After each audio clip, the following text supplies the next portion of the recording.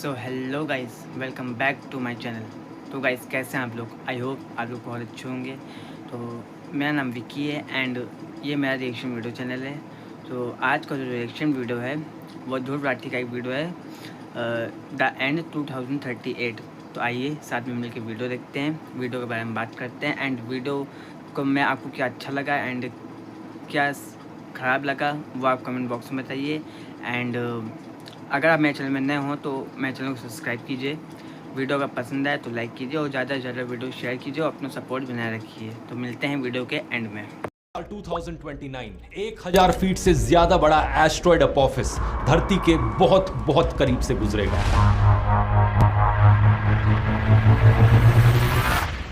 अगर यह धरती से टकरा जाता है तो ऐसी तबाही देखने को मिलेगी जैसी इंसानों के इतिहास में कभी ना देखी गई हो। हिरोशिमा पर गिराए गए बम से 1 मिलियन गुना ज्यादा एनर्जी रिलीज होगी।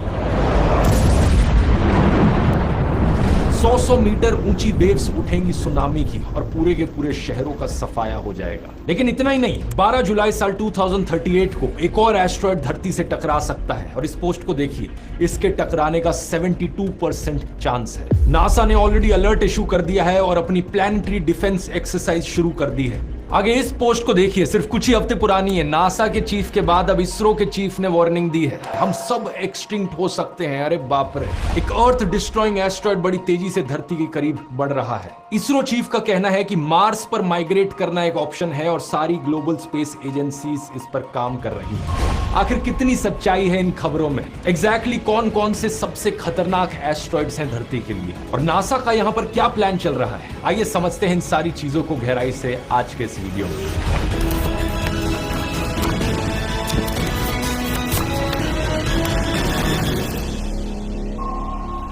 एस्ट्रॉइड्स को दोस्तों प्लैनेटॉइड्स भी कहा जाता है क्योंकि ये छोटे प्लैनेट्स की तरह होते हैं। ये बेसिकली कुछ बड़े से पत्थर हैं जो स्पेस में घूम रहे हैं। साइज में ये कुछ 10-20 मीटर के भी हो सकते हैं और 100-200 किलोमीटर के भी हो सकते हैं। सबसे छोटा एस्ट्रॉइड जो एग्जिस्ट करता है वो है सिर्फ 2 मीटर चौड़ा और सबसे बड़ा है सेरेस नाम से 940 किलोमीटर डायमीटर में। ज्यादातर एस्ट्रॉइड्स हमारे सोलर सिस्टम में मार्स और जुपिटर के बीच मौजूद एस्ट्रॉइड बेल्ट में पाए जाते हैं, जहां पर मिलियंस में एस्ट्रॉइड्स मौजूद हैं। जो इस एस्ट्रॉइड बेल्ट की ड्राइंग की जाती है हमारी टेक्स्ट बुक्स में, वो कुछ इस तरीके से करी जाती है और इसे देखकर आपको लगता होगा कि एस्ट्रॉइड्स एक दूसरे के बगल में इतने सारे घूम रहे हैं, लेकिन असलियत में जो एवरेज डिस्टेंस है किन्हीं भी दो एस्ट्रॉइड्स के बीच में, वो 1 मिलियन किलोमीटर से भी ज्यादा है। अब होता क्या है, कई बार ये एस्ट्रॉइड्स इस बेल्ट से दूर निकल जाते हैं और धरती के करीब आ जाते हैं। ऐसे केस में हम इन्हें नियर अर्थ ऑब्जेक्ट्स करके पुकारते हैं, शॉर्ट में कहा जाए NEOs।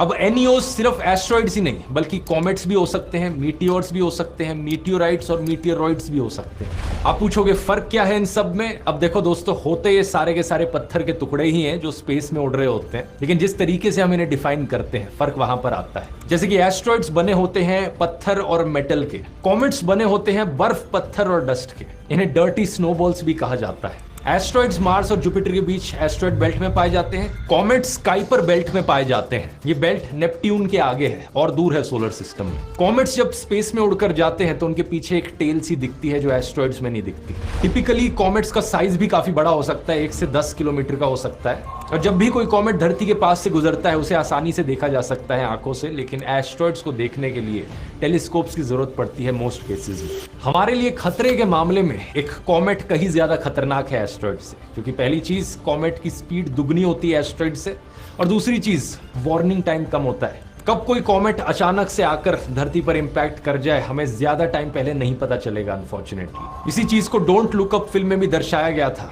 इस फिल्म में दिखाया जाता है कि कैसे 6 महीने का वार्निंग टाइम मिलता है, कॉमेट आकर धरती से टकराने वाला है और गवर्नमेंट और स्पेस एजेंसीज कैसे रिएक्ट करती हैं उस चीज को लेकर। अब मीटियोरॉइड जो होता है वो एस्ट्रॉइड या कॉमेट का छोटा सा टुकड़ा होता है। जब कोई भी मीटियोरॉइड धरती के करीब आता है, हमारी एटमॉस्फेयर में एंटर करता है, तो उस मीटियोरॉइड को हम मीटियोर बुलाते हैं। जब ये होता है तो बड़ी तेजी से वो बर्न कर जाता है और एक लाइट की स्ट्रीक हमें दिखती है, जिसे शूटिंग स्टार भी कहते हैं अगर आसमान में आपने कभी देखे हो तो। जब ये भारी संख्या में होता है तो इसे एक मीटियोर शावर कहा जाता है और अगर कोई मीटियोर का टुकड़ा एटमॉस्फेयर को पार करके धरती पर एक्चुअली में आकर गिर जाता है तो उसे एक मीटियोराइट कहते हैं। बस इतना सा ही फर्क है। हमारे लिए जो इंपॉर्टेंट चीज यहां पर है वो है NEOs, जो एस्ट्रॉइड्स और कॉमेट्स धरती के पास से गुजर रहे हैं। जिनकी वजह से हमें खतरा है कि वो धरती पर आकर क्रैश कर जाए और पूरी दुनिया खत्म हो जाए। ये खतरा वैसे जायज है क्योंकि आज से 66 मिलियन ईयर्स पहले ऐसा हो चुका है डायनासोर्स के साथ।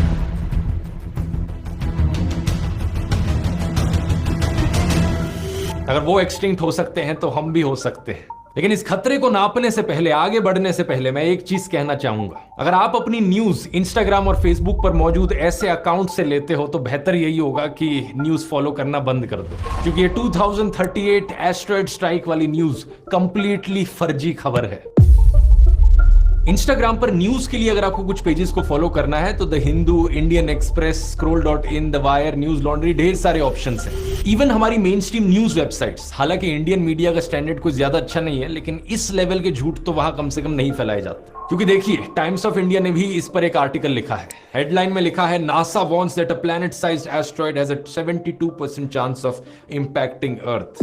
यह हेडलाइन गलत है, एक क्लिक बेटी हेडलाइन है, लेकिन थोड़ा सा नीचे अगर आप पहली लाइन पढ़ोगे आर्टिकल की, वहां पे इस बात को क्लियर कर दिया गया है। NASA recently conducted a hypothetical exercise to assess planets preparedness against an asteroid impact. असल में ये जो 72% चांस है, ये कोई फाइंडिंग या रिजल्ट नहीं है, ये एक हाइपोथेटिकल इमेजिनरी सिनेरियो है जो नासा ने खुद बनाया है। ये एक एक्सरसाइज कर रहे थे कि अगर आज हमको पता चला कि जुलाई 2038 में एक एस्ट्रॉयड धरती पर गिरने वाला है तो हम क्या क्या कर सकते हैं। ये एक मॉक टेस्ट था जिसमें 100 से ज्यादा एक्सपर्ट्स ने हिस्सा लिया जो अलग अलग ऑर्गेनाइजेशन से थे। NASA, European space agency, UK की space agency, United Nations office of outer space affairs, सबने इस बात पर चर्चा करी कि अगर एक एस्ट्रॉयड आज से 14 साल बाद धरती से आकर टकराएगा तो एग्जैक्टली हम क्या क्या कदम उठाएंगे उसे रोकने के लिए। 20 जून 2024 को नासा ने रिपोर्ट पब्लिक में रिलीज करी जिसमें कुछ बड़ी इंटरेस्टिंग चीजें बताई गई हैं। उनकी बात वीडियो में आगे करेंगे, लेकिन उससे पहले मैं आपको बताना चाहूंगा 2029 की जो डेट थी जिसकी बात मैंने वीडियो के शुरू में करी थी, वो वाली डेट हाइपोथेटिकल नहीं। 1000 फीट से ज्यादा बड़ा एपोफिस एस्ट्रॉयड सही में एग्जिस्ट करता है और ये एस्ट्रॉयड 13 अप्रैल 2029 को धरती के बहुत बहुत करीब से गुजरेगा, सिर्फ 30,000 किलोमीटर दूर। कई सारी जियो स्टेशनरी सैटेलाइट से भी कम डिस्टेंस है।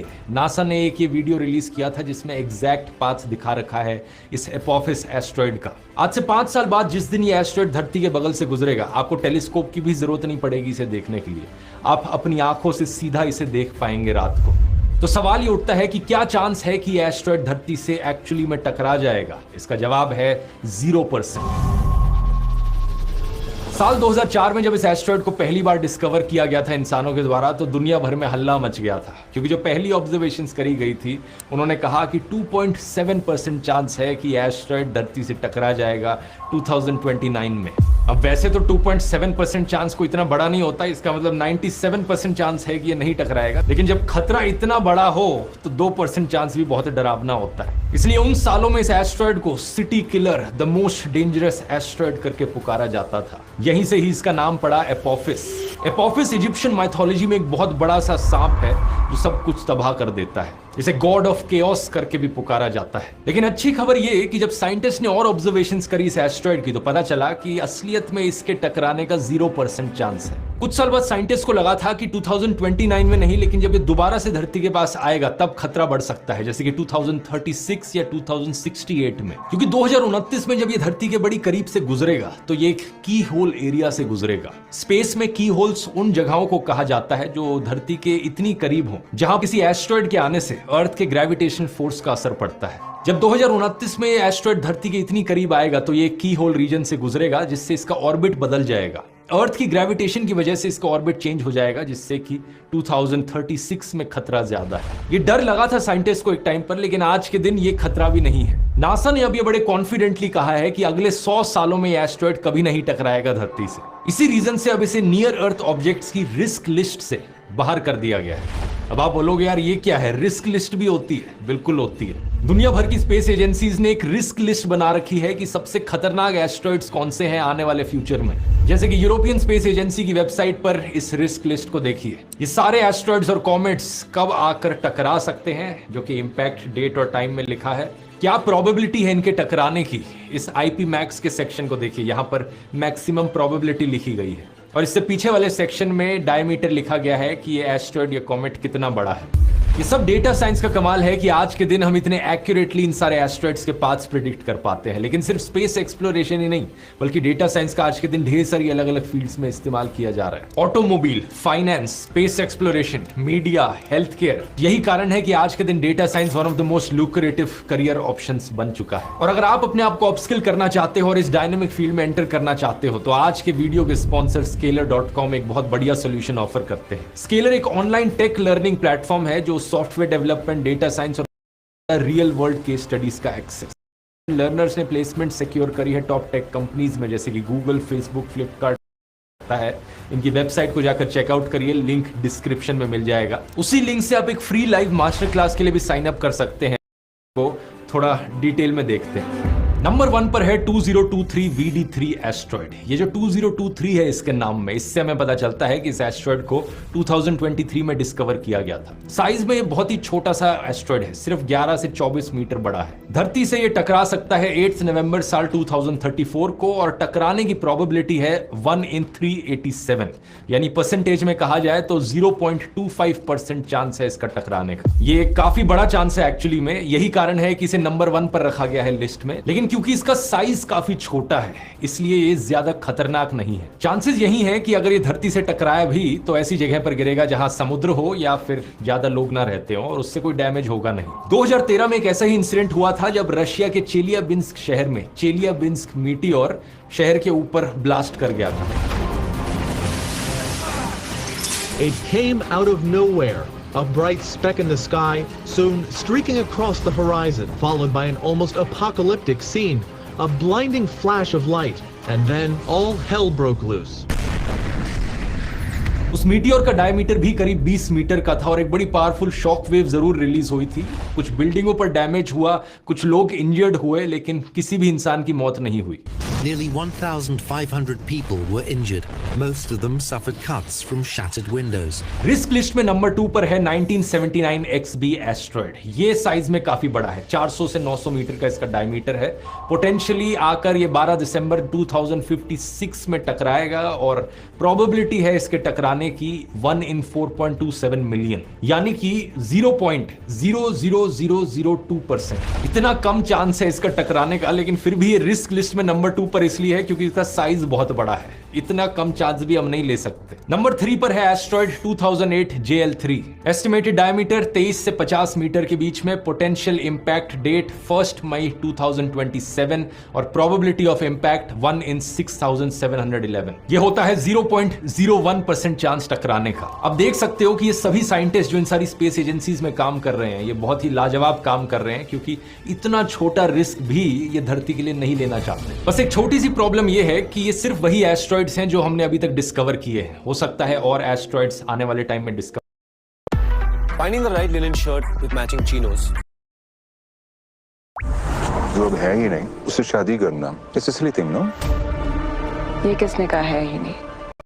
टाइम में डिस्कवर हो। और कॉमेट्स जो होते हैं उनकी इतनी अच्छी कैलकुलेटेड ट्रेजेक्टरी नहीं होती, यानी कि कॉमेट्स को लेकर हमें इतनी बड़ी वार्निंग विंडो नहीं मिल पाएगी। हो सकता है कल को हमने कोई नया कॉमेट डिस्कवर किया जो धरती से टकरा सकता है, और उसके लिए हमें सिर्फ 6-7 साल का समय मिल पाए। हमारे जो डिटेक्शन सिस्टम्स मौजूद हैं धरती पर, वो कई बार बड़े अच्छे से काम करते हैं, लेकिन कई बार इतना अच्छा काम नहीं भी करते हैं। 4 सबसे पॉपुलर डिटेक्शन के प्रोजेक्ट्स के बारे में मैं आपको बताना चाहूंगा। सबसे पहले है लीनियर लिंकन नियर अर्थ एस्ट्रॉइड रिसर्च। इसे साल 1996 में शुरू किया गया था और ये यूनाइटेड स्टेट्स की एयरफोर्स, नासा और MIT के बीच में कोलैबोरेशन है। ये 2 1 मीटर लंबे टेलीस्कोप्स और 1 आधा मीटर लंबे टेलीस्कोप का इस्तेमाल करता है और हर साल 10,000 से ज्यादा ऑब्जेक्ट्स डिस्कवर करता है। आज के दिन जितने भी एस्ट्रॉइड्स ढूंढ कर निकाले जा रहे हैं, उनमें से 65% सिर्फ इस एक प्रोजेक्ट के द्वारा ढूंढे जा रहे हैं। दूसरा है CSS Catalina sky survey, university of Arizona के द्वारा एस्टैब्लिश किया गया 1998 में, जो 2 बड़े टेलीस्कोप्स का इस्तेमाल करता है। इसकी मेजरमेंट्स इतनी प्रिसाइज हैं कि साल 2008 में इन्होंने एक ऐसे एस्ट्रॉइड को ढूंढा जो सिर्फ 4 मीटर का था डायमीटर में, और एक्यूरेटली इन्होंने ये प्रिडिक्ट करके बता दिया कि एग्जैक्टली किस टाइम पर किस दिन ये एस्ट्रॉइड धरती पर गिरेगा और कहां गिरेगा एग्जैक्टली। 19 घंटे बाद इनकी प्रिडिक्शन के ये एस्ट्रॉइड जाकर नॉर्थ सुडान के रेगिस्तान में गिरा था, और वही जगह पर जहां इन्होंने प्रिडिक्ट किया था। तीसरा है Pan STARRS panoramic survey telescope and rapid response system. ये पैसिफिक ओशन के बीच हवाई में मौजूद है और दुनिया के सबसे बड़े डिजिटल कैमरा कैमरास का ये इस्तेमाल करता है एस्ट्रॉइड्स को ढूंढने के लिए। जो इमेजेस ये सबसे बड़ा कैमरा कैप्चर करता है वो 1.4 बिलियन पिक्सल्स की होती है। और चौथा है Atlas, asteroid terrestrial impact last alert system. ये भी हवाई में मौजूद है और साइंटिस्ट ने इसे एक फाइनल वार्निंग के तौर पर बनाया है। अगर बाकी सारे सिस्टम्स किसी एस्ट्रॉइड को नहीं ढूंढ पाए, गलती से कोई एस्ट्रॉइड बचकर निकल गया, तो ये वाला सिस्टम लास्ट मिनट वार्निंग देगा हमें एस्ट्रॉइड इंपैक्ट की। हर रात ये सिस्टम पूरे आसमान को 2 बार स्कैन कर सकता है किसी भी खतरे के लिए। तो ओवरऑल देखा जाए तो हमारी धरती का ये डिफेंस सिस्टम काफी बढ़िया और स्ट्रॉन्ग है। लेकिन कई बारी चूक हो जाती है, जैसे कि कई बारी छोटे छोटे मीटियोर्स अनडिटेक्टेड बचकर निकल जाते हैं और धरती पर इंपैक्ट करते हैं, जैसा कि फरवरी 2013 में चेलियाबिंस्क मीटियोर के साथ हुआ था। 20 मीटर का ये मीटियोर कोई भी सिस्टम डिटेक्ट नहीं कर पाया टाइम पर। इसलिए ऐसे सिनेरियोस के लिए सिविल डिफेंस कंपोनेंट बड़ा इंपॉर्टेंट बन जाता है। इसकी बात करी है नासा ने अपने इस मॉक टेस्ट की रिपोर्ट के पेज नंबर 12 पर। अगर कोई छोटा सा एस्ट्रॉइड या मीटियोर आकर कहीं टकराने वाला है तो बहुत जरूरी है कि सही टाइम पर इंटरनेशनल कोऑर्डिनेशन के साथ डिजास्टर मैनेजमेंट प्लान्स को एक्टिवेट करा जाए। लेकिन तब क्या होगा अगर कोई बड़ा एस्ट्रॉइड आकर टकराने वाला हो तो? यहां 3 स्ट्रैटेजीज हैं उससे डील करने के लिए। पहला काइनेटिक मेथड्स, दूसरा slow push and pull methods और तीसरा न्यूक्लियर मेथड्स। इन तीनों में से पहला काइनेटिक मेथड ही इकलौता तरीका है जिसे रियल लाइफ में सक्सेसफुली टेस्ट किया गया। इसमें हम एक स्पेसक्राफ्ट भेजते हैं जो एस्ट्रॉइड को टक्कर मारकर उसका रास्ता बदल दे, यानी कि उसका ऑर्बिट चेंज कर दे। बड़ा ही सिंपल और इफेक्टिव तरीका है। इसका प्रैक्टिकल एक्सपेरिमेंट 2 साल पहले किया गया था नासा के डबल एस्ट्रॉइड रीडायरेक्शन टेस्ट में। 26 सितंबर 2022 170 मीटर बड़ा डायमॉर्फस एस्ट्रॉइड कहीं स्पेस में धरती से बहुत दूर मौजूद था और नासा का स्पेसक्राफ्ट ले जाकर उस पर क्रैश कराया गया। NASA's first planetary defense test to intentionally crash into an asteroid. इस एस्ट्रॉइड से हमें कोई खतरा नहीं था, बस इसे एक एक्सपेरिमेंट के तौर पर किया गया था ये देखने के लिए कि ऐसा करने से सही में एस्ट्रॉइड का ऑर्बिट बदलता है या नहीं बदलता। इस टकराव का वीडियो भी लिया गया जो आप स्क्रीन पर देख सकते हैं और इसके बाद जब नासा ने रिजल्ट देखा तो एक्चुअली में एस्ट्रॉइड का ऑर्बिट बदल गया था। यही सेम एक्सपेरिमेंट चाइना की नेशनल स्पेस एजेंसी भी अगले साल करने वाली है। 2025 में वो एक 30 मीटर बड़े एस्ट्रॉइड पर अपना एक स्पेसक्राफ्ट ले जाकर टकराएंगे और उसका पाथ बदलने की कोशिश करेंगे। दूसरा तरीका है स्लो पुश एंड पुल। इसमें हम धीरे धीरे करके एस्ट्रॉइड का ऑर्बिट बदलते हैं। इसके लिए सोलर एनर्जी का इस्तेमाल किया जा सकता है। एक स्पेसक्राफ्ट एस्ट्रॉइड के पास गया और सूरज की रेस को एस्ट्रॉइड पर कॉन्सेंट्रेट करके वेपराइज कर दिया एस्ट्रॉइड के एक हिस्से को। इस रिएक्शन के होने से थोड़ी बहुत गैस निकलेगी जिसकी वजह से एस्ट्रॉइड पर एक थोड़ा सा थ्रस्ट पड़ेगा और धीरे धीरे करके एस्ट्रॉइड अपना ऑर्बिट बदल लेगा। ये चीज नेचुरली भी एस्ट्रॉइड्स पर होती है जब कोई भी एस्ट्रॉइड सूरज के पास से गुजरता है। लेकिन जब स्पेसक्राफ्ट भेजकर ये किया जाएगा तो डर बस इस चीज का है कि जब वेपराइजेशन होगी उस पत्थर की जो एस्ट्रॉइड पर मौजूद है तो वो पत्थर कहीं ना कहीं स्पेसक्राफ्ट के ऑप्टिकल सिस्टम से ना इंटरफेयर कर दे। तीसरा है न्यूक्लियर मेथड। लिटरली एक न्यूक्लियर बॉम्ब भेजो स्पेसक्राफ्ट में और एस्ट्रॉइड को फोड़ डालो।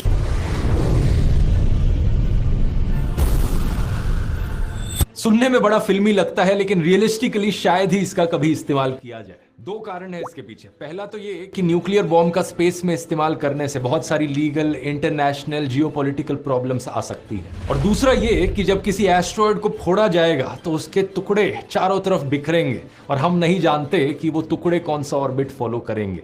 हो सकता है कि कोई टुकड़ा आकर धरती पर गिर जाए उसके फोड़ने की वजह से। लेकिन ये मेथड फिर भी अंडर कंसिडरेशन है क्योंकि अगर कोई एस्ट्रॉइड बहुत ही हद से ज्यादा बड़ा हुआ, जैसे कि अगर 10 किलोमीटर से ज्यादा बड़ा हुआ एस्ट्रॉइड कोई साइज में, वही साइज जिसने डायनासोर्स को भी एक्सटिंक्ट किया था, तब बाकी और तरीके शायद इतना काम ना करे क्योंकि उस एस्ट्रॉइड का साइज ही अपने आप में इतना बड़ा है। जो मॉक टेस्ट नासा ने कुछ महीने पहले किया था उसमें इन्हीं सारी चीजों की बात करी गई थी। एग्जैक्टली कैसे डील किया जाए एक एस्ट्रॉइड से जो 14 साल बाद आकर धरती से टकराने वाला हो और जिसका चांस 72% हो। अच्छी खबर यह है कि 81% पार्टिसिपेंट्स जो इस मॉक एक्सपेरिमेंट में हिस्सा ले रहे थे उनका मानना था कि हम रेडी हैं ऐसे खतरे से डील करने के लिए। सिर्फ कुछ गैप्स हैं जो अलग अलग साइंटिस्ट ने रेज किए ऐसे सिनेरियो को लेकर। फॉर एग्जाम्पल एक गैप बताया गया कि हमने अभी तक सिर्फ एक ही मेथड को ट्राई किया है, काइनेटिक मेथड। हमें आने वाले टाइम में इस काइनेटिक मेथड को और कई बार टेस्ट करना चाहिए ताकि इसकी श्योरिटी हमें मिल सके कि ये काम करेगा। ये 5वीं ऐसी मीटिंग थी जो ऐसी हाइपोथेटिकल एस्ट्रॉइड स्ट्राइक को डिस्कस करने के लिए करी गई थी। इससे पहले 2013, 14, 16 और 22 में भी ऐसी मीटिंग्स करी गई थी। इसे planetary defence inter agency table top exercise का नाम दिया गया और John Hopkins applied physics laboratory में ये 100 के करीब एक्सपर्ट्स मिले थे। तो कुल मिलाकर बात यह है दोस्तों कि चिंता की कोई बात नहीं है। पहली चीज, अगले 100 सालों में कोई भी ऐसा बड़ा एस्टेरॉयड नहीं है जिसकी 0.01% भी पॉसिबिलिटी हो धरती से टकराने की। दूसरी चीज, हमारी धरती के डिफेंस सिस्टम्स टाइम के साथ साथ और एडवांस्ड बनते जा रहे हैं। साल 2028 में नासा एक स्पेस टेलीस्कोप भी लॉन्च करेगा नियर अर्थ ऑब्जेक्ट सर्वेयर नाम से। ये धरती के बाहर रहकर ऐसे एस्टेरॉयड्स को डिटेक्ट करेगा, तो और भी ज्यादा इंप्रूव हो जाएंगे हमारे डिटेक्शन सिस्टम्स। और तीसरी चीज, अगर कोई ऐसा एस्टेरॉयड हमें मिल भी जाए जो धरती से आकर टकरा सकता है, तो उसे रोकने के सिस्टम्स भी हमारे पास ऑलरेडी एग्जिस्ट करते हैं। तो इन फर्जी खबरों पर यकीन करना बंद कीजिए, और अगर आपको स्पेस के टॉपिक में दिलचस्पी है तो बहुत से और वीडियोस बनाए हैं मैंने स्पेस पर पहले। एक पूरी प्लेलिस्ट है, यहां क्लिक करके आप देख सकते हैं, जैसे कि ये वाला वीडियो जो वॉर्म होल्स के ऊपर है, कैसे वॉर्म होल्स के जरिए इंटरस्टेलर टाइम ट्रेवल पॉसिबल हो सकता है, यहां क्लिक करके देख सकते हैं। और स्केलर की लाइव मास्टर क्लास का लिंक नीचे डिस्क्रिप्शन में मिल जाएगा। बहुत बहुत धन्यवाद।